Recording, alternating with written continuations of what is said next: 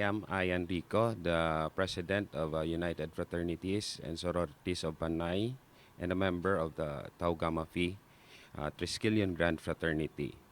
I would like to invite everyone to join the Dugong Bombo this coming November 15, 2025.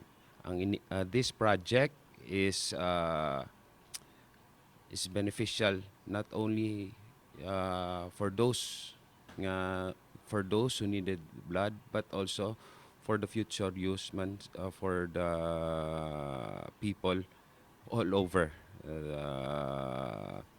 the Philippines. Now, I would like to urge not only the fraternities and sororities here all over the nation to join this. United Fraternities and Sororities of Panay fully supports the Dugong Bombo 2025 is coming November 15. So Bombo Radio Philippines Foundation Incorporated and Philippine Red Cross.